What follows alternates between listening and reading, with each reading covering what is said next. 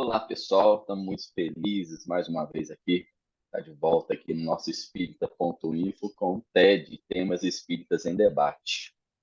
Hoje, convidado na noite, eu mesmo. E o que a gente vai discutir? O tema de hoje, como sempre, mantendo a nossa tradição, uma pergunta: o progresso social é um mito? Essa nossa conversa, a gente vai levar uns 30 minutinhos aí, apresentando algumas ideias para vocês e depois a gente abre aí para os companheiros conversarem conosco. Para dar início, vou pedir a Beth para fazer uma prece para a gente. Amigo Jesus, lembramos daquelas palavras que nos leva a ter fé, acreditar. Não se turbe o vosso coração. Crede em Deus. Crede também em mim. E nós, Senhor, recebemos forças ao lembrarmos dessa expressão, porque sabemos que o amparo se faz no nosso caminhar. Estamos indo devagar, mas estamos indo, Senhor. Às vezes tropeçamos, mas levantamos sempre. E nós agradecemos por esses grupos de estudos que nos esclarecem a mente e falam ao nosso coração. Muito obrigada por estes momentos, Senhor. Envolve-nos na sua paz. Abençoa o Christian, responsável para coordenar os estudos da noite. E fica conosco. Assim seja. Aí, né, pessoal, responsabilidade aí e discussão do tema é grande, porque é um tema que estamos sempre voltando nele, né, para conversar um pouquinho mais a respeito disso e muitas vezes não conseguimos fechar a questão em relação a isso, né? Então, a gente trouxe na apresentação aqui algumas ideias que eu vou compartilhar com vocês. Se não tiver aparecendo aí para vocês, é só me avisar. Tá ok a tela cheia? Em primeiro lugar, eu queria dizer, né, que houve um momento onde Ricardo, ele e eu, né, nós, os três presentes aqui nessa live, nós nos reunimos durante um bom tempo para estudar e para escrever a respeito de personalidades enfermas. E ao final desse livro, né, que é gratuito, é online e gratuito para quem quiser acessar tanto no espírita.info, né? Eu acho que tem um link lá também pelo YouTube. Ao final surgiu a ideia, talvez natural, enfim, surgiu a ideia de também pensar sociedades enfermas. Ao dizer isso, eu já estou apontando para que caminho a gente está indo ao discutir sociedades enfermas nesse estudo, nessa proposta do TED de hoje, né? Então, sociedades enfermas, eu estou aqui representando três pessoas, a mim, o Eli e o Ricardo, nessas ideias que estão aí em fase final para se tornar mais um livro que logo, logo a gente vai disponibilizar de forma também gratuita, né? Bom, pensemos então inicialmente a respeito de sociedades enfermas. Passou para vocês aí? Agora, eu queria trazer algumas reflexões iniciais que são de extrema importância para a gente pensar a respeito desse tema.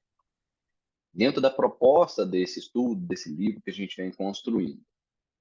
Primeiro, a gente vai entender enfermo aqui como aquilo que é imperfeito, que não está funcionando bem.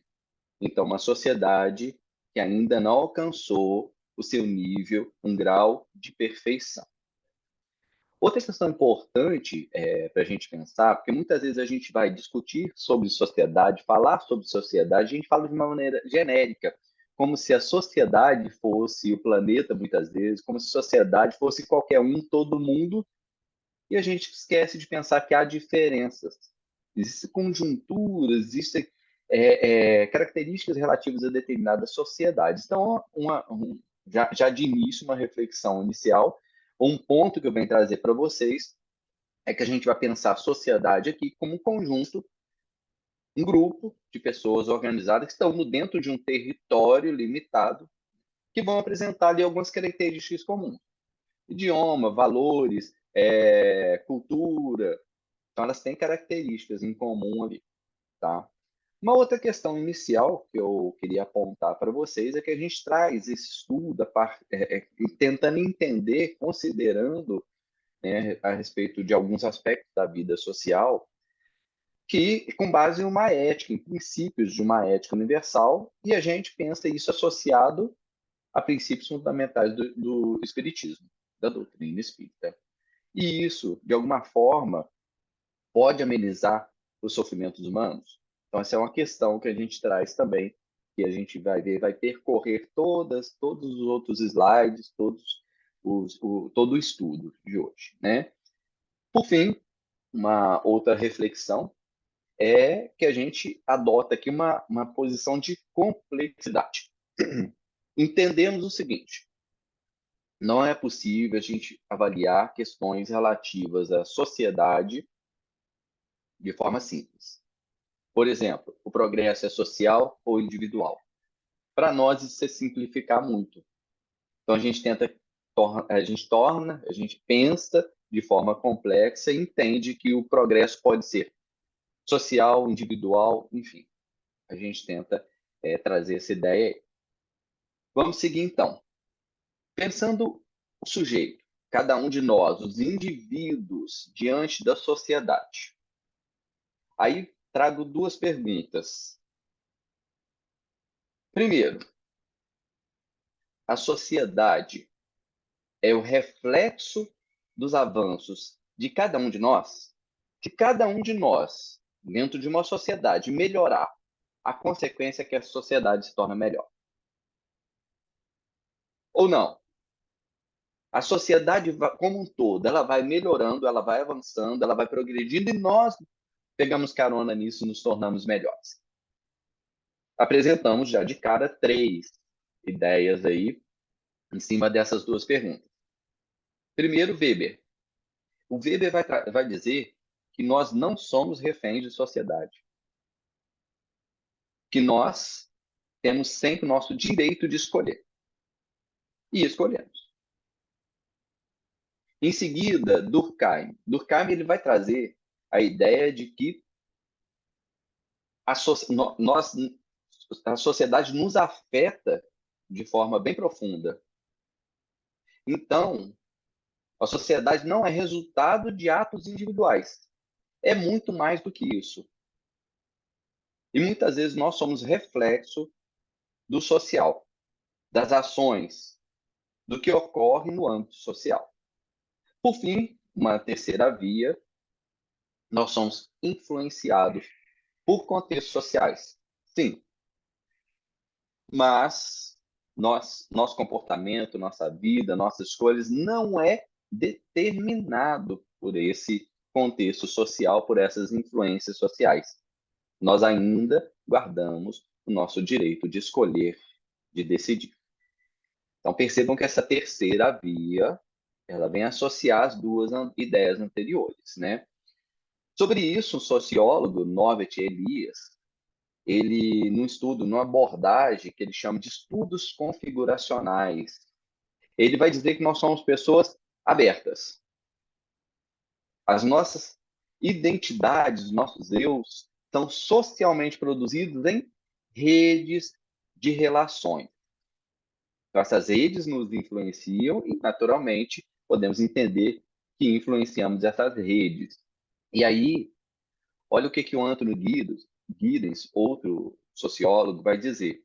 Ele vai falar, vai considerar estruturas sociais E ele vai dizer na sua abordagem que através das nossas ações, nós fazemos e refazemos ativamente as estruturas sociais durante as nossas atividades cotidianas, ou seja, no dia a dia, no que nós fazemos normalmente, nas nossas ações, comportamentos, relações, nós estamos influenciando e sendo influenciados, fazendo, refazendo, mudando. Olha o dinamismo nessa abordagem que ele traz. Bom, e Kardec? O que a gente pode dizer que Kardec adota? Ele está mais próximo de que caminho aí dessas propostas? Kardec se aproximou mais da terceira via. Olha o que ele diz aqui na questão 914 do Livro dos Espíritos.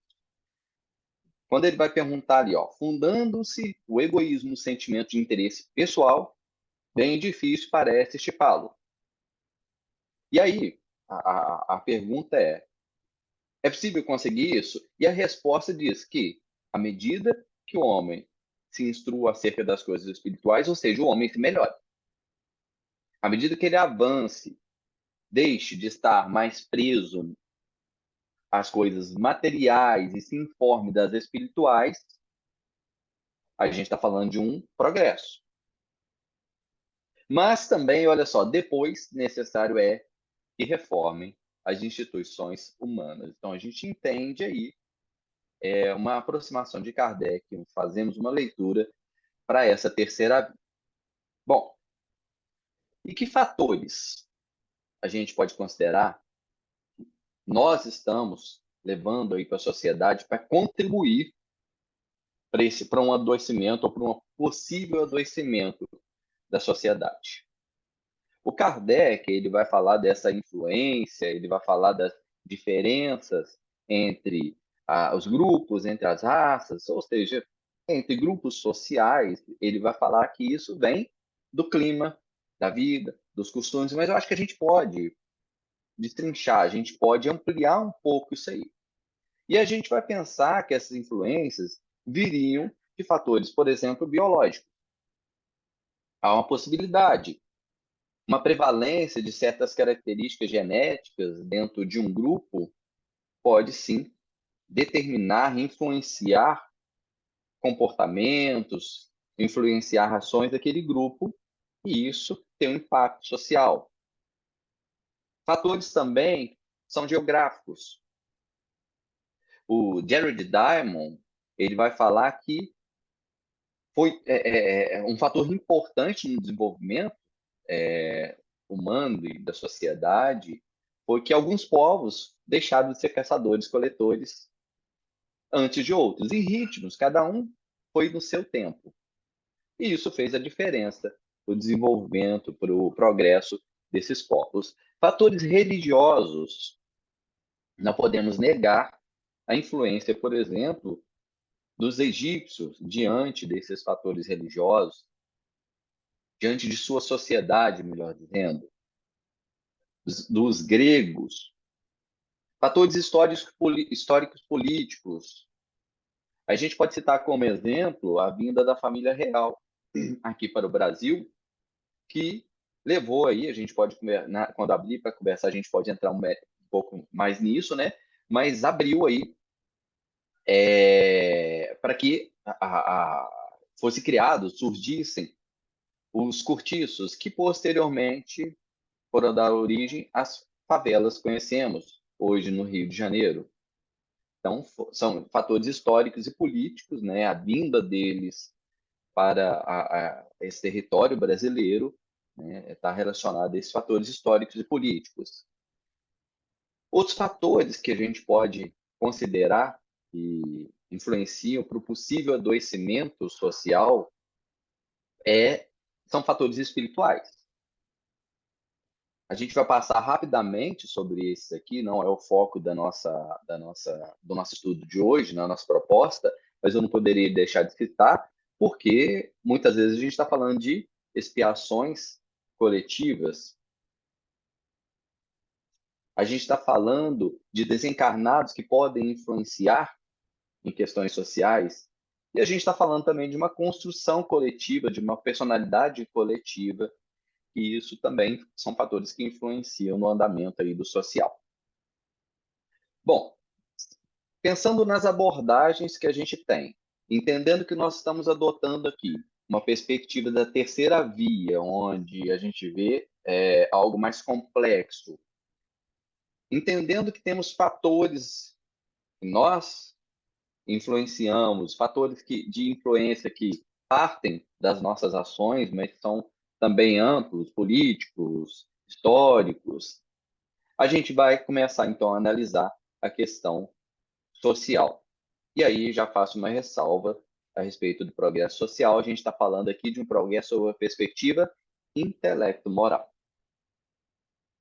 E a pergunta inicial: cada um de nós reflita neste momento. Nós estamos vivendo dias piores do que no passado? Quer dizer, o mundo está piorando? As sociedades estão piorando? Em relação a valores morais, os valores estão se perdendo? As sociedades também estão piorando moralmente? Vamos ver que alguns estudos dizem. Dois psicólogos norte-americanos, eles foram analisar isso aí. Então, eles pegaram 177 pesquisas, foram realizadas entre 49 e 2019, lá nos Estados Unidos. Ou seja, eles estão falando aí de uma amostra de 220 mil respondentes, tá? E a pergunta foi a seguinte: você acha que a raça humana está melhorando ou piorando do ponto de vista da conduta moral? E em 2019, 77% das pessoas disseram declínio moral. A sociedade está piorando. E em 49, teve uma pesquisa, em 1949, do Instituto Gallup. E o resultado?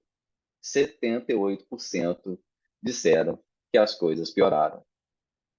Ora, gente, se hoje a gente olha para trás e olha lá que em 49 é melhor do que hoje, o mundo piorou, mas lá eles tiveram a mesma visão, o que está acontecendo? A resposta eles trazem numa conclusão. Eles dizem que é uma questão psicológica. Eles publicam um artigo na revista Nature, onde eles vão dizer que nós, seres humanos, temos uma tendência. Que tendência? A gente busca e retém informações negativas. É fácil de perceber isso. A gente tem uma tendência a guardar notícias ruins de forma mais fácil. Inclusive de transmitir, de repassar notícias ruins mais do que notícias boas. E aí eu estou generalizando, né, falando de sociedade como um todo. E é nisso que os meios de comunicação se prendem. E eles dizem isso. Os meios de comunicação em massa, eles investem nessa tendência. E acaba que passa essa ideia, essa perspectiva de que nós temos um mundo melhor. É só ligar um jornal ou acessar, através da internet, um jornal e vai ler, vai dar uma olhada nas chamadas. Que tipo de notícia aparece mais? Em geral, são coisas negativas. Bom, Kardec também esteve diante dessa questão. Olha a pergunta que ele faz aos espíritos. Bastante grande é a perversidade do homem. Não parece que, pelo menos do ponto de vista moral, ele, em vez de avançar, caminha aos recuos? E a resposta: você está enganado. Aí o espírito diz: olha, observa bem o grupo, e você vai ver que o homem se adianta. Pois que melhor compreende o que é mal e vai, dia a dia, reprimindo seus abusos. Está aí no Livro dos Espíritos, que é a questão 784. Ainda sobre progresso social, o Steven Pinker ele vai trazer uma ideia, uma forma de perceber essa questão, uma abordagem interessante. Rapidamente aqui, olha só, ele diz o seguinte: olha o entendimento de cada um de nós. O que, que as pessoas vão dizer se elas concordam a respeito disso? Saúde é melhor que doença? Sustento, melhor fome. Abundância, melhor pobreza. Direitos iguais, melhor que intolerância e discriminação. Estar ali com a família, num ambiente agradável, com os amigos, é melhor do que monotonia. E ele conclui dizendo o seguinte: se tudo isso que a gente está percebendo nessas comparações aumenta com o tempo, isso é progresso. Tentemos fazer reflexão, então, em torno disso, com essa abordagem na sociedade que nós vivemos hoje. Vamos seguir, então, para mais algumas reflexões a respeito disso. Uma reflexão importante quando a gente vai pensar em progresso social é que a gente fala exatamente de progresso muitas vezes como evolução. Embora Kardec não tenha feito essa diferenciação, acho importante a gente marcar essa diferenciação aqui. Quando a gente está falando de progresso, a gente está falando de melhorar, de aprimorar. Quando a gente está falando de mudança, está falando de transformação. De mudança, não, desculpem. De evolução, está falando de transformação. O que isso quer dizer? Uma pessoa doente pode evoluir para a morte. Uma pessoa que está bem pode evoluir para a doença e para a morte. É uma transformação. Uma outra reflexão. É possível entender o desenvolvimento, o progresso da sociedade de forma linear? Uma sociedade que progride, progride, progride, progride, progride. Hoje a gente tem que pensar isso de forma mais complexa. Até considerando que nós temos sociedades com características diferentes, que fazem trajetórias diferentes. Ainda mais uma reflexão. Hoje a gente sabe que não há diferença intelectual entre povos da Terra. Ah, mas como não há? Bom, se você pegar sujeitos de povos diferentes e der para eles as mesmas condições, os mesmos estímulos, as mesmas oportunidades, eles vão apresentar recursos cognitivos semelhantes. Diante disso, é possível que a gente pense que há sociedades superiores e inferiores, que é um pensamento que muitas vezes ocorre às pessoas. Muitas vezes até a gente tem que pensar sobre que ótica a gente está pensando com a sociedade superior ou inferior à outra. Em geral, tenho visto que as pessoas pensam sobre a ótica econômica ou tecnológica. E ainda, sobre as reflexões do progresso social, olha o que Kardec publica na Revista Espírita de 59. Eu vou ler só 2 trechos desse destaque que eu fiz aqui. Bom, ele diz que, olha os dizeres iniciais, esses povos que chamamos selvagens o são menos do que geralmente se vê. E mais à frente, tem um espírito incomparavelmente menos tardo que os camponeses da Europa. Desprezam aquilo que lhes parece inútil em relação à simplicidade que lhes basta ao gênero da vida. Então, aqui a gente vê claramente o espírito dizendo, fazendo comentário, de que a perspectiva que a gente tinha de povos ou dos selvagens serem mais atrasados que povos da Europa, isso não é uma realidade, não há esse entendimento para ele, pelo menos. E, seguindo nossas reflexões sobre o progresso social, do ponto de vista do espiritismo, nós podemos pensar em superior e inferior? Voltando aqui, a gente faz essa pergunta sobre sociedades superiores ou inferiores. E a gente entende que não é possível diante das defesas que a gente já fez. Agora, dentro do espiritismo, podemos pensar nesse conceito de um superior ao outro? E a gente acredita que sim. Por quê? Porque a gente vai pegar na perspectiva do espírito e entender que aquele espírito que a gente chama de espírito superior é aquele que teve mais vivências, mais experiências exitosas do que outro. Então, diante da perspectiva espírita, a gente consegue entender essa ideia de superioridade e inferioridade. E aí, a gente vai passar, então, a buscar Kardec mais uma vez, para pensar, então, o que seria uma sociedade que se apresentaria de forma saudável. E aí a gente vai fazer o comparativo, o que Kardec nos traz, de duas sociedades.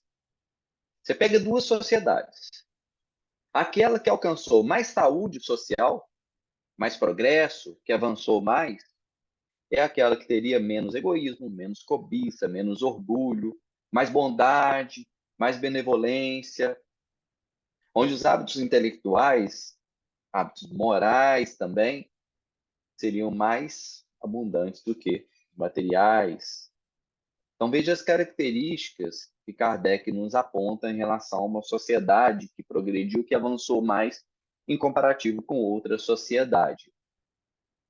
E aí a gente vai entender que Kardec está abordando aí, a gente até retoma a questão 914 citada anteriormente, para ver que, na perspectiva de Kardec, a gente pode entender que saúde social ela está na direção de dois princípios. Primeiro, que o sujeito avance, se esclareça em relação às coisas espirituais. E que haja também uma reforma nas instituições. Como ele diz lá, na atualidade entretém e excitam o egoísmo, que vão levar ao egoísmo. Né? Que instituições a gente está falando? A gente está falando de instituições, governo, família, escola, né? A gente pensar governo hoje em dia, há uma ideia generalizada e acredito equivocada também, né? De que, falando em governo, a gente pensar, por exemplo, em político ou nas lideranças governamentais, todos são corruptos, né? Então a gente está contaminado com esse tipo de ideia, né? E isso diz alguma coisa a respeito dessa instituição. Mesmo que a gente não possa generalizar, mas isso diz alguma coisa importante que a gente tem que ficar de olho. E Kardec propõe uma reforma nessas instituições, na família, na escola, são fundamentais aí na formação da personalidade de cada um de nós, quando reencarnamos. O Ed Renekiewicz, ele traz ele cita um autor bastante conhecido, inclusive estudado em Harvard, que é o Michael Sandel. Ele vai falar que muitas vezes a gente está adotando os critérios de uma economia de mercado a uma sociedade de mercado. O que isso quer dizer?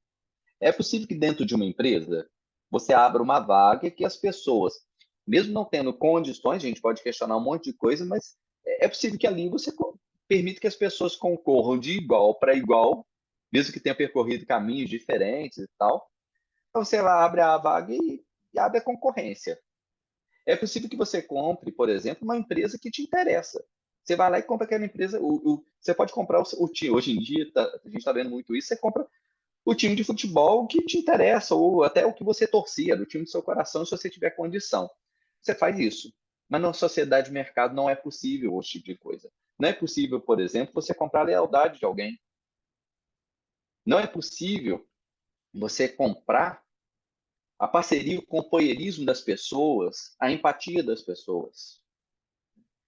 E aí Kardec propõe, olha, reformemos então essas instituições para que a gente tenha o progresso, enfim, associado ao esclarecimento, né, ao progresso individual também.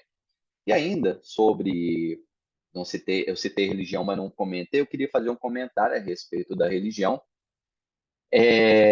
A Karen Armstrong, ela traz uma ideia interessante, ela diz o seguinte: o grande problema das religiões atualmente é que elas passaram a considerar como factuais o que foi construção de uma tradição religiosa. E isso vai gerar o quê? Fundamentalismo e ateísmo. A proposta de Kardec é reformular tudo isso aí. E a Karen, ela propõe, olha, as instituições elas têm que cuidar do que compete a elas. da espiritualidade, da compaixão, da transcendência, do cuidado, do comprometimento com a justiça social, cuidado com o outro. Vamos seguir então, né, minha gente? Bom, diante disso que a gente vai apresentando aqui, já vamos responder a pergunta inicial. Nós acreditamos, sim, que o progresso não é um mito. E ele faz parte de um processo de uma evolução solidária. Na medida que nós caminhamos individualmente e que nós vemos uma reforma nessas instituições sociais, de uma forma complexa, como proposto por alguns autores citados hoje, a gente vê que nós vamos influenciando essa rede, sendo influenciados por ela. Então, a gente segue uma lógica de influenciação mútua que vai levar, naturalmente, que vai levar, inevitavelmente, à evolução, que vai levar, na verdade, ao progresso social dentro daquela ótica que Kardec também propõe. Enfim, essas são algumas ideias aí que a gente resolveu trazer. Não foi possível trazer tudo, porque o tempo não daria tudo que eu gostaria de trazer aí, né? Mas também, sim, colocar um livro dentro de 30 minutos é muito complicado, né? E aí estamos abertos aí às questões, aos comentários, participação de vocês, quando quiserem.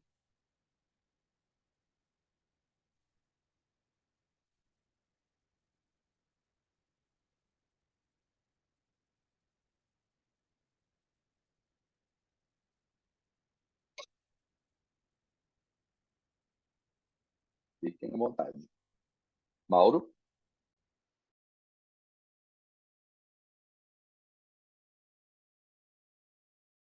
Que, tudo isso, o que você falou, todos esses livros, autores, né?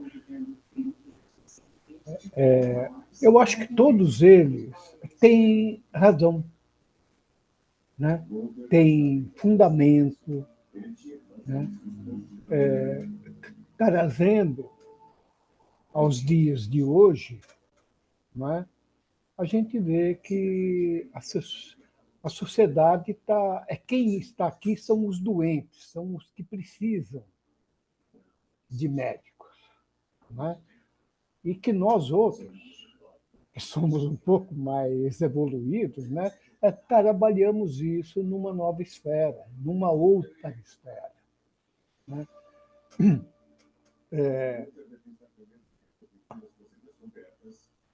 Eu vou assim conjuminar as ideias, depois eu volto. Pode dar lugar para o.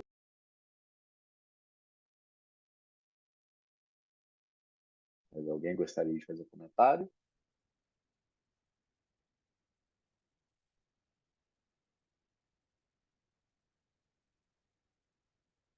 Eli e Ricardo também podem fazer, vocês estão, né? Fala, Ricardo.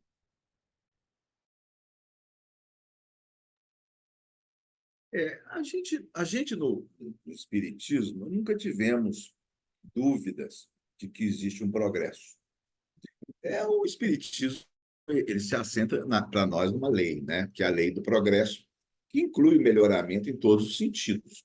Melhoramento nas facilidades da vida, transporte, meios de comunicação, nutrição, medicamentos, suporte na saúde, um progresso a nível intelectual, né, a tecnologia, um progresso nas relações humanas, nas leis. Nós nunca tivemos dúvida com relação a isso. E tampouco Kardec, né? Kardec admitia amplamente um progresso que se dava em todos os níveis, individual, coletivo, planetário, etc. De umas décadas para cá, mais na área da ciência social, a gente começou a notar alguns cientistas importantes e alguns vinculados ao movimento espírita, negando esse progresso linear, sob a alegação de que às vezes, em alguns lugares, as coisas pioram, em vez de melhorar, né? O que não deixa de ser verdade. Se a gente considera a Síria hoje, e a Síria 50 anos, está pior. Se considerar a Argentina hoje, a Argentina há 100 anos, está pior. O Egito está pior, a Grécia está pior. Mas são situações muito circunstanciais que a gente está examinando num lapso de tempo muito pequeno. Eu acho que numa análise assim de lapso de tempo pequeno, realmente pode dar essa impressão. Mas quando a gente joga para o coletivo, quando a gente pega dados estatísticos que englobam um número maior de pessoas, de sociedades, a gente vê que há um melhoramento em todos os sentidos. Isso não quer dizer que as coisas estejam boas. O problema que eu acho, os cientistas sociais, para dizer que as coisas não estão boas, negam que melhoraram. Eu acho que são coisas diferentes. As coisas não estão boas. Tem muita coisa para evoluir, mas a gente não pode negar que era pior. E alguns dados, assim, na minha vida, se pegar 50 anos, por exemplo, da minha infância para cá, eu vi coisas que hoje são inadmissíveis, né? Eu, quando tinha 10 anos, ia passar as férias na casa do meu avô em Guarani, lá tinha uma espingarda de chumbinho, a gente saía para matar passarinho. Isso há 50 anos, olha só, minha gente. Em Guarani havia o Clube dos Repentinos, que era para as pessoas brancas, e havia o Clube Bola Preta, que era para os pretos. Isso há 50 anos. Uma mulher é separada, desquitada, abandonada pelo marido, ou mãe solteira, quando eu era menino, Zé Alverso deve ter visto isso no Rio Pomba, ela apontava-se o dedo para ela. As pessoas sabiam, se referiam a elas dessa forma, né? Há 50 anos, em países da Europa, homossexuais eram presos, que era crime. Então, quando a gente começa a avaliar essas questões, a gente tem que admitir que há um progresso social. Não significa que as coisas estão boas, não significa que as coisas estão prontas, mas que as coisas estão melhores. Eu acho que a gente não precisa negar isso para poder não reconhecer a necessidade de melhorar, né? Eu acho que negar que há um progresso social é uma inverdade, e vamos usar de uma inverdade para tentar dizer que as coisas precisam mudar, etc, etc, etc, né? Então, eu gostei muito da apresentação do Christian. Nós, espíritas, não somos obrigados a concordar com o que os cientistas dizem. Se nós fôssemos concordar com o que o cientista disse, nós não aceitaríamos espírito, não aceitaríamos reencarnação, não aceitaríamos mediunidade. Então, a gente não precisa aceitar o que os cientistas sociais dizem quando negam o progresso. A gente não é obrigado a aceitar. A gente entende a posição deles, mas a gente se reserva ao direito de ter a nossa posição. Até mesmo esta questão de sociedades superiores e inferiores, ela é complicada. Eu entendo. Quando a gente coloca o superior e o inferior sem especificar do que nós estamos tratando, realmente fica complicado. Porque uma sociedade que parece superior num aspecto e não é em outro.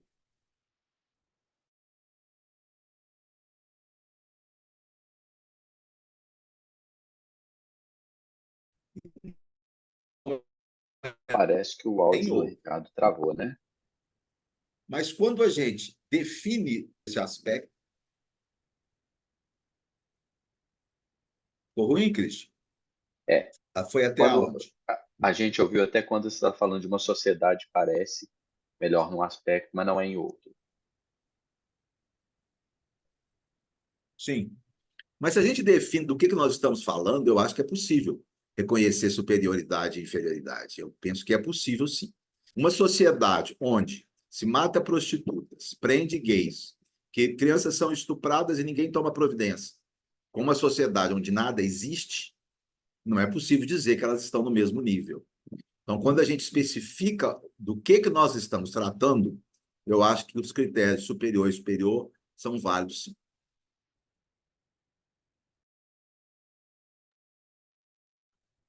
Muitas vezes eles adotam essa perspectiva do desenvolvimento linear, né, Ricardo? Pensando numa sociedade como um todo, né? Eu falei, às vezes você fala de sociedade, você está falando de todo mundo. Existem, sim, sociedades onde homossexuais ainda são mortos porque são homossexuais. Mas se a gente olhar num contexto anterior, talvez a gente encontrasse muito mais sociedades onde isso acontecia dessa maneira. E hoje isso já ganhou uma outra perspectiva, inclusive de uma forma geral nas redes sociais, né? Já tem um outro olhar. Eu acho que é essa abordagem que muitos fazem, pegando ali uma particularidade, né, de uma sociedade em si. Por isso é importante diferenciar a sociedade com as suas características, né, de uma ótica, de um olhar mais amplo, né, onde muitas já desenvolveram em relação a isso. Elias.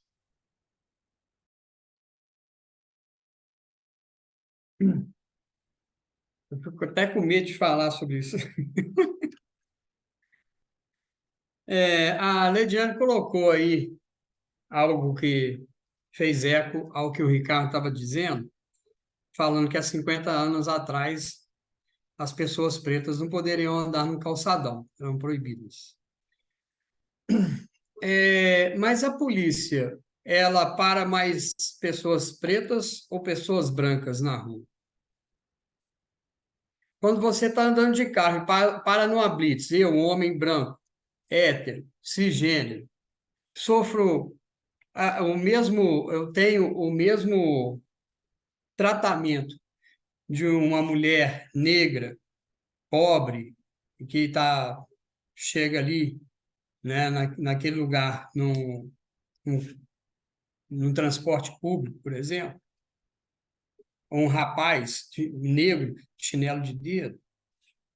Eu acho que é muito tênue isso aí, porque basta uma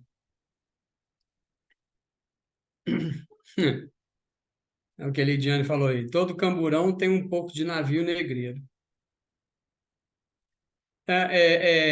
Basta que a gente haja um desequilíbrio nessas leis que deram esses direitos às pessoas pretas, às mulheres, né? Às pessoas transgênero, à comunidade LGBT. Basta que alguns fanáticos ou por medo de perder seus privilégios de classe, alterem isso para que tudo mais venha água abaixo.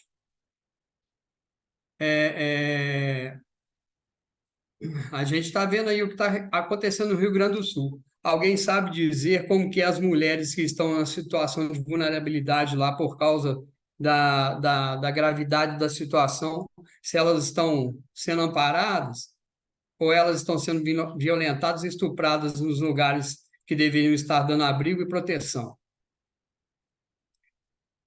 Eu não sei se em 2000 anos a gente conseguiu, nessa condição, progredir. Que eu acredito que haja progresso, eu sou espírita, sim, acredito, mas eu acho que ele é muito lento. Ele é quase imperceptível diante de outros progressos. Outros progressos. Aqueles citados aí, né, há pouco, progresso de ordem, igual colocou o slide o Christian, sobre o egoísmo, a cobiça, o orgulho, que estão mais voltados ao campo moral, eu percebo que isto não tem sido muito assim. Olha só, na Constituição de 1988, que é um instrumento jurídico lindo, maravilhoso, é quase que um antagonismo ver um documento tão belo como é a Constituição de 1988, num país como o nosso. Chego até a pensar assim, como é que aconteceu isso? A reforma agrária é garantida. No entanto, os povos ribeirinhos e as comunidades quilombolas não encontram assento, e já vão alguns anos. Agora, os latifúndios eles não podem, não se permitem, né, pegar os latifúndios e promover a reforma agrária naqueles trechos considerados improdutivos e que está lá previsto na Constituição, mas pode vender para a agroindústria, né? Em detrimento a essas comunidades. Aí, quem é que tem força nessa história? Né? É o poder econômico. E essas comunidades que não estão lá só querendo viver a vida deles, eles são massacrados. Existe hoje em São Paulo um número de imóveis abandonados aos milhares. E a população de rua, né, estaria sendo atendida por todos esses imóveis que estão parados lá, né, por causa da especulação imobiliária. São aos milhares também. Mas não precisa de um ocupar cada imóvel, né? Porque tem famílias, né, que estão sem teto. Eu não consigo perceber isso. Eu fico incomodado quando a gente trata desse assunto, porque aqui com esses exemplos aqui, são poucos que eu dei, não parece, né, que há esse progresso que a gente sonha com ele. Eu, sinceramente, eu sonho muito com isso, com essa possibilidade de haver um progresso em que a sociedade possa, né, corresponder realmente aos anseios nossos. Eu penso, anotei até aqui, que uma sociedade melhor faz um homem melhor, uma pessoa melhor, faz as pessoas melhores. Agora, uma sociedade indecente como a nossa produz pessoas indecentes. Uma coisa mexe com a outra, né? Eu não posso ir lá no meu vizinho e pedir a ele para baixar o som, porque a minha netinha está aqui em casa querendo dormir, porque ele pode arrancar uma arma e me dar um tiro, ou coisa pior, né? E isso a gente vê todo dia, as pessoas se acuando, né, por causa de problemas, né, com pessoas mais fortes, né? O forte, ele grita mais, ele faz escândalo, ele bate no peito, aponta a arma, e aí você fica acuado, você fica com medo. Eu tenho medo de colocar a minha cara aqui fora da minha casa. Eu tenho medo de acontecer alguma coisa com a minha família. Que progresso é esse? Eu não sei, eu não sinto isso.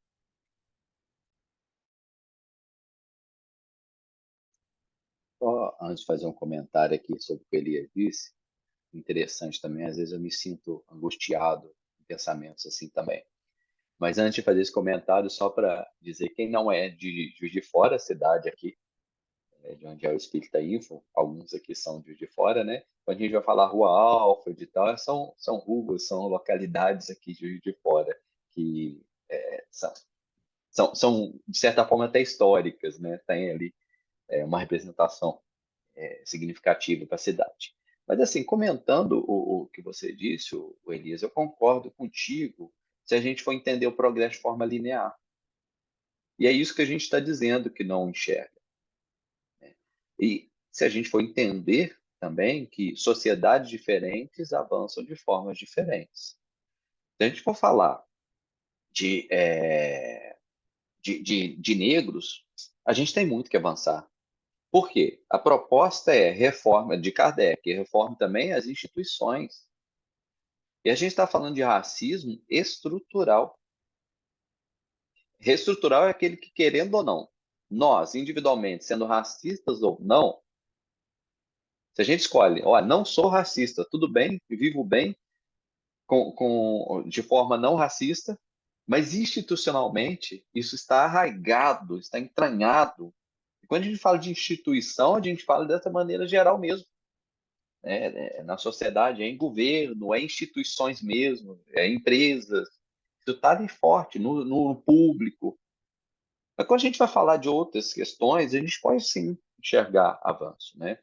A população em situação de rua, poucas décadas, ela largada, jogada dentro de manicômios, vou usar esse termo na época, e naquele momento ali você tinha quem estava na rua, quem tinha algum tipo de transtorno mental mesmo, o alcoolista e todo tipo de gente que estava ali, não era para fazer tratamento. Hoje a gente já vê um cuidado, um avanço em relação à situação de rua. Aumentou o número, né, devido à pandemia e outras consequências também, foram políticas econômicas aí de característica, pelo menos do nosso país, né? Mas há um cuidado também. Eu entendo isso como um progresso, como um avanço. Quando a gente fala de LGBT, o nosso país, olha só que loucura, nosso país é o que mais assassina LGBT nesse planeta. Olha que loucura. E Juiz de Fora não tá, em Minas também não está muito bem nisso aí, e Juiz de Fora também não, mas olha só, nesse exato momento, aliás, antes disso, é, foi criado recentemente um conselho LGBT, um conselho municipal LGBT em Juiz de Fora. E esse conselho organizou uma conferência. A primeira conferência organizada por esse conselho está acontecendo agora, neste momento e amanhã, começando às 7 horas da manhã, indo até às 7 da noite. E a gente pode entender isso como um avanço, sim. Você acha que isso vai acontecer em certos países do Oriente? Por isso a gente tem que entender que não é de forma linear e que algumas sociedades vão avançar em determinado aspecto mais que as outras, mas a gente tem países do Oriente mais avançados que nós em outros aspectos, né? A nossa proposta é pensar de forma complexa mesmo. Ana, fala aí, Ana. Eu ia tocar nesse ponto que você falou, Christian. Se eu penso no ponto do Elias, eu fico realmente muito até deprimida, né? Porque a gente vê tanta injustiça, tanta desigualdade. Mas se eu pegar num ponto que até pouco tempo atrás eu não poderia falar da comunidade LGBT, né? Não poderia, é, não, assuntos não eram discutidos, né? É, igual hoje de manhã cedo, eu estava vendo o jornal e eu vi uma reportagem sobre o lutador de Muay Thai que foi agredido, ele estava no metrô e um rapaz agrediu ele porque ele era negro, né? E isso chocar a gente ainda, hoje já chocar, porque antigamente isso acontecia e era comum. Então, é um pouco de avanço na mentalidade, né, de coisas que não deveriam acontecer. A gente tem muito que evoluir, tem muita desigualdade, muitas coisas, igual o Elias falou, de parado no trânsito ou na rua mesmo, né? Como que uma pessoa branca é parada e como uma negra é parada.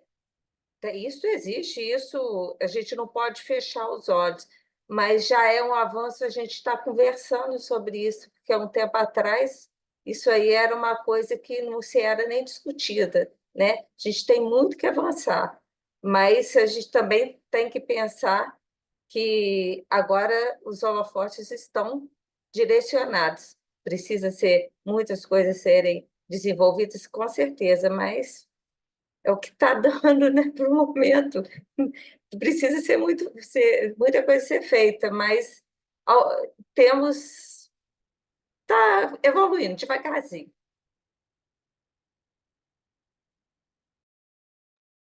Eli? Boa noite, todo mundo. O Elisa simplificou o slide, né? Se fosse feita uma pesquisa e o Elias fosse responder, talvez dissesse que o mundo está pior do que esteve no passado, com tendências a piorar. Não só está pior, com tendências a piorar. E é justamente em cima dessa ideia que a gente está trabalhando. Por quê? Essa perspectiva, de novo, foi o Christian mostrou e alguns já comentaram, né? Essa perspectiva individual que a gente tem do que está acontecendo ao nosso redor é uma perspectiva. É uma perspectiva, tanto no espaço quanto no tempo, a gente não consegue perceber essa ideia de progresso social, a não ser que a gente pense mais amplamente, mais racionalmente sobre ela, porque os fatos ao nosso redor quase sempre negam isso. Por isso que quando a gente fala de que existe um progresso, efetivamente, né, em termos sociais, esse progresso não é medido em anos, não é medido em décadas. Muitas vezes é medido em séculos para que determinadas coisas possam ser percebidas. Vocês deram exemplos aí de coisas que há 50 anos eram diferentes. É, e parece pouco, é óbvio. Para nós que estamos vivendo a situação, sempre vai parecer pouco, né? Agora, se a gente pegasse, tivesse uma máquina do tempo e trouxesse uma dessas pessoas de 50 anos atrás para ela viver hoje, lembrando do que acontecia 50 anos atrás, certamente essa pessoa ia dizer, melhorou um pouco, melhorou um pouco. Só que a gente não viveu. Só que a gente não viveu aqueles problemas, não viveu as epidemias do passado, não viveu a falta de anestesia do passado, não viveu a falta de tecnologia do passado, não viveu nada do passado. A gente está vivendo o presente. E aí é muito óbvio, né, que parece pior. Por quê? Porque o ideal, principalmente para nós que muitas vezes discutimos sobre o que poderia ser com o conhecimento que a gente já tem, com a ideia moral que a gente já tem, com o ensino moral que é oferecido, quando a gente projeta no que poderia ser, aí fica realmente uma perspectiva de que o que a gente tem hoje é horrível, está muito aquém do que poderia ser. Só que esse poderia ser, muitas vezes, demora décadas, séculos, se não milênios, para o que poderia ser, né? E aí é que a gente insiste que, quando é feita uma análise sem considerar a questão espiritual, essa perspectiva, vamos dizer assim, um pouco mais negativa ou pessimista, parece se sobrepor. E a nossa perspectiva espiritualista parece muito idealizada, parece muito utópica, parece muito fantasiosa. E é isso que acontece muitas vezes nas discussões. Só que o que a gente está tentando lembrar, sempre como estudante espírita, é que a gente é espírito. Nós hoje, individualmente, somos melhores do que a encarnação passada? A maioria de nós não. A maioria de nós é quase igual, se não for igual. Isso se não tiver reencarnado em uma condição que permitiu a gente demonstrar determinadas mazelas morais que na encarnação passada a gente não mostrou. Aí achava que estava evoluído, porque a gente não cometia determinados crimes ou não tinha determinados vícios. Aí nessa encarnação a gente vem numa condição em que esse nosso aspecto que ficou oculto aparece. E aí a gente diz, nossa, voltou para trás, né? Houve uma regressão. E não, o que acontece é que nós, como espíritos, não somos tão evoluídos quanto achava que era. E essa evolução espiritual também vai demorar séculos. Só que a nossa ilusão de que o que a gente faz hoje é bom, dá a impressão de que a gente já está bem. E não está bem. A sociedade que nós vivemos, do ponto de vista espiritual, espelha essa condição. O que está acontecendo na sociedade, o que acontece sempre na sociedade dos reencarnados, é que existem mais pessoas que têm a possibilidade de colocar suas mazelas morais, que nós temos, mas elas têm uma possibilidade de colocar isso mais visivelmente, e colocam. E muitos de nós, por uma série de situações, não colocamos mais. Mas não significa que a gente já melhorou. O mesmo acontece em termos das sociedades. Então, a perspectiva espiritual mais ampla é o que a gente está tentando resgatar, porque muitas vezes nas discussões sobre esse tema, o foco está na vida material, o foco está no problema econômico, o foco está nas questões que são transitórias para o espírito, embora sejam dolorosas para nós que estamos reencarnados. Essa é a grande questão. Não é que esteja errado, equivocado, não, mas essa é uma perspectiva. Tem outra perspectiva, tem outra, que é a questão espiritual. Quando a gente pensa se algumas sociedades regrediram, para quem não conhece espírito, ou pelo menos o que a doutrina espírita propõe. Porque a doutrina espírita propõe que quando as sociedades evoluem, as comunidades evoluem, como os espíritos individualmente evoluem, elas migram. Então, quem vai ocupar o espaço o espaço geográfico daquela sociedade são outros espíritos que muitas vezes, em termos do progresso intelecto-moral, estão em condições inferiores àqueles que saíram dali, coletivamente falando. Mas essa é uma perspectiva espírita, que não é considerada nos estudos em geral sobre as sociedades de uma forma geral. Por isso que essa evolução linear ela não serve, nem do ponto de vista espírita, porque nós não estamos falando das mesmas sociedades. A Pérsia de 1000 anos atrás e a Pérsia de hoje é outra coletividade de espírito. O Brasil de 500 anos atrás e o Brasil de hoje é outra coletividade de espíritos, é outra sociedade. Então, os estudos sobre a sociedade, e é isso que a gente está tentando dar um pontapé inicial, né, com o estudo desse livro, é mostrar assim, tem mais perspectivas a serem consideradas. Não soluciona os problemas, não resolve os problemas, mas dá mais uma perspectiva que precisa ser considerada. Por exemplo, há uma sociedade espiritual. E, segundo os relatos espirituais, a quantidade de espírito desencarnado próximo à nossa sociedade encarnada é no número maior. Cadê a influência desses espíritos? Ninguém fala da influência desses espíritos, né? E é isso que a gente precisa considerar. Então, a lei de causa e efeito, que muitas vezes é discutida para os indivíduos, ela vale nos níveis sociais também coletivos.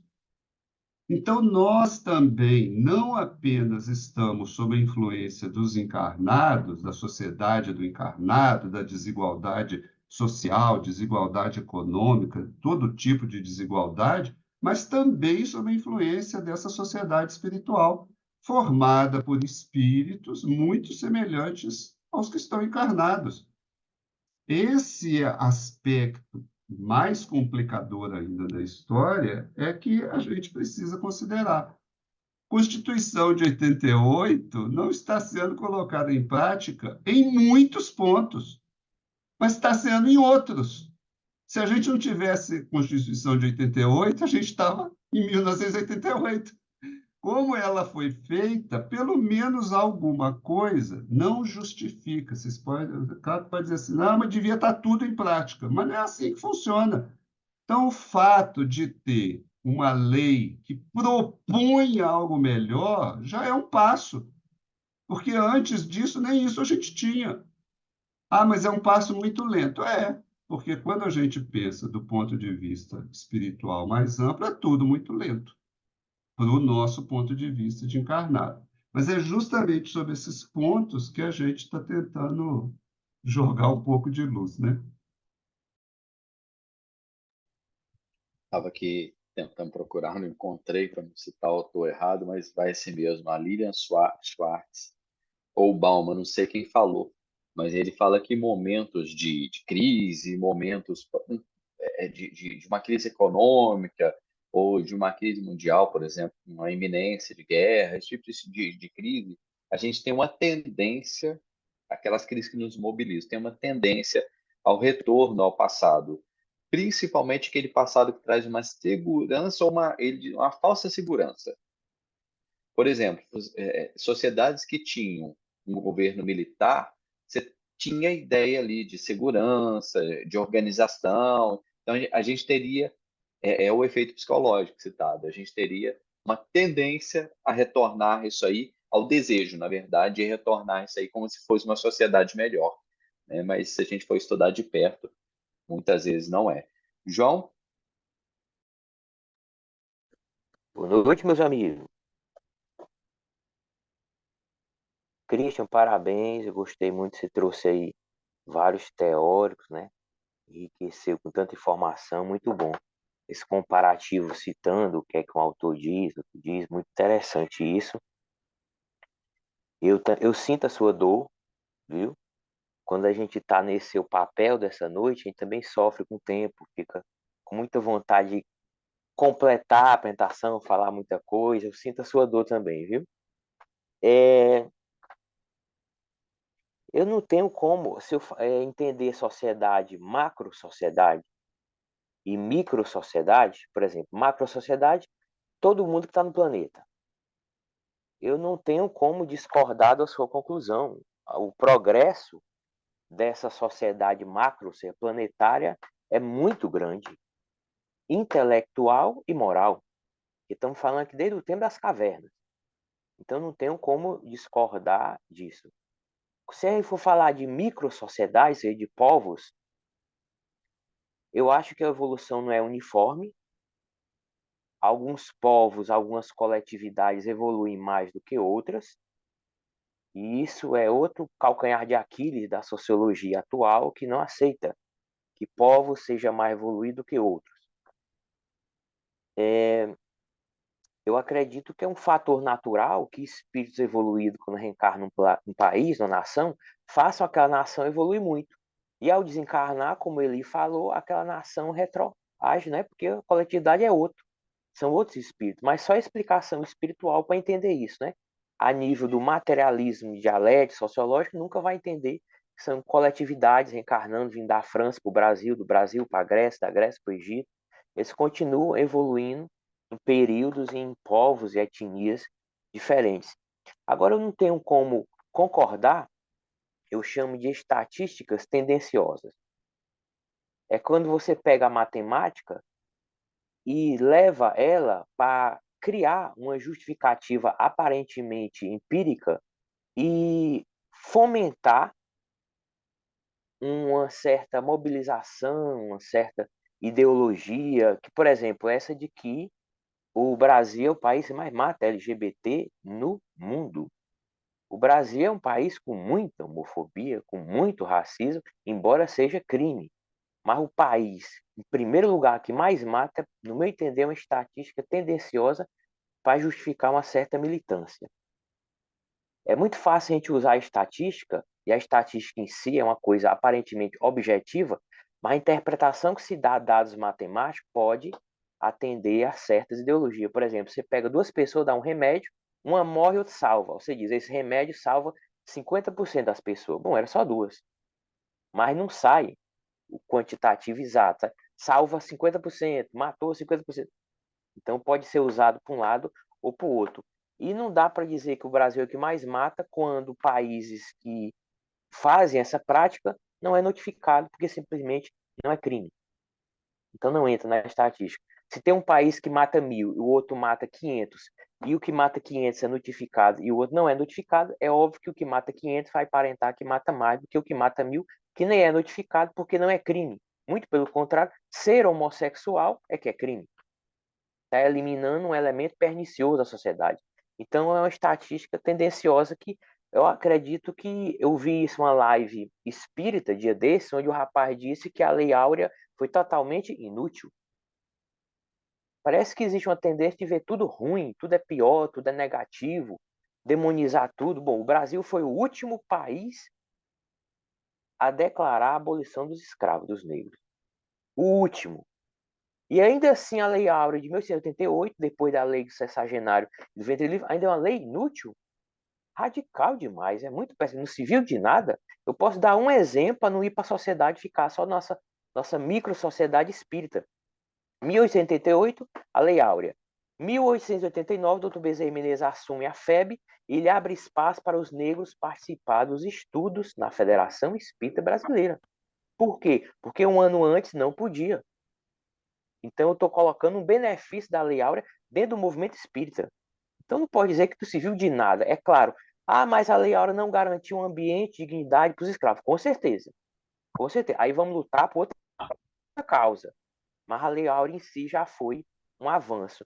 Então eu acho que o progresso social ele acontece pela dor, pelo amor, a nível macro, a nível micro, eu entendo que tem civilizações, tem povos que estão atrasados em relação a outros. Por exemplo, o Brasil, numa época onde a mulher não podia trabalhar, não podia estudar, não podia votar, era um Brasil atrasado. Hoje conquistamos isso. A mulher do Brasil pode trabalhar, estudar e votar. Pronto, então eu posso dizer que o Brasil evoluiu. E por que eu não posso dizer que o país que hoje, 2024, ainda não deixa a mulher trabalhar, votar e estudar, não é um país atrasado? O Brasil não era atrasado no passado quando tinha esses valores? Hoje, quem tem esses valores é considerado atrasado. Imagine uma mulher que vai tentar estudar e leva um tiro na cabeça. Malaya se torna prêmio Nobel. Imagine uma cultura onde come gente, antropofagia, onde abandona para morrer na floresta os deficientes. Se o modelo é seguido, hoje não teria Steve Hawking, não teria quantas pessoas que não são deficientes, são apenas diferentes. Então eu acho que o modelo macro evolui, a micro tem uns que já estão no mundo de regeneração, tem outros que ainda estão no mundo de prova e expiação, e tem nações que ainda estão no mundo primitivo, pela primitividade dos seus valores e das suas culturas. Xenófobas, feminicídio enorme, homicídios, homofobia, que não entra nem como crime. Quer dizer, é uma cultura de valores e legislação primitiva. Aí não estão nem no nível do Brasil. Enfim, é isso. Parabéns. Foi show, viu?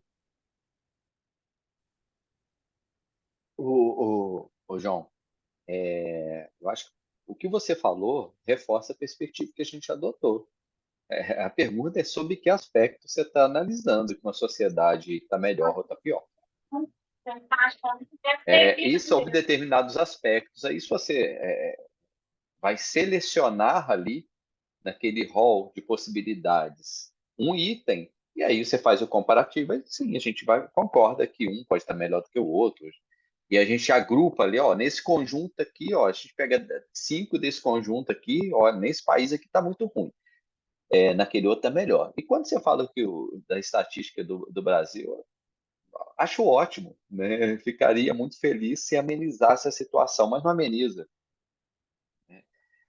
Só faz pensar que o Brasil está tão ruim nesse aspecto LGBT quanto o outro país, onde é subnotificado. Se o outro ficar em primeiro, o Brasil em segundo, terceiro ou décimo, ainda está muito ruim. Porque não é possível que você mate alguém simplesmente por ela ser e assumir quem ela é de fato, né? Eu não sou morto porque eu sou homem. Por que que alguém vai ser assassinado porque é lésbica? Entende? Então, assim, isso, na verdade, não ameniza em nada a situação, no meu entender, né? Deu a nossa hora aí, né, gente? Vou ficar devendo o Mauro aí. A hora, já passamos até um pouquinho da hora. O Mauro pode levantar a mão primeiro no próximo TED. Falando em próximo TED, gente, a gente retornaria daqui a 15 dias. Só que daqui a 15 dias é um feriado. Então a gente passou o próximo TED para o dia 7 de junho. A gente está de volta aqui nesse mesmo horário, às 8 da noite. Vamos aí até 9h15, como sempre. Pedir o Elias para fazer uma prece para a gente e agradeço aí a presença de todos. Quem quiser compartilhar depois, está lá no YouTube, nosso canal também tem. Aí o material, o vídeo vai ficar gravado, disponível também no nosso site do Espírita Info.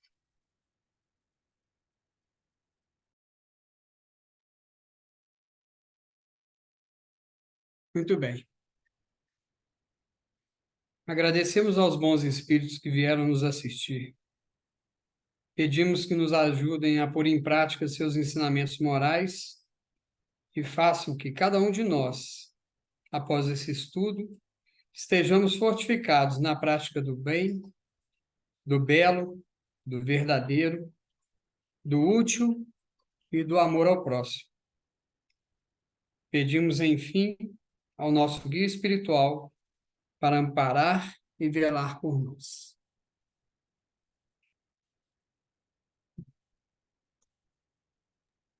Isso aí, pessoal. Ótima noite para todos vocês. Abraço. Então, gente, Boa noite. Boa noite para vocês. Até amanhã.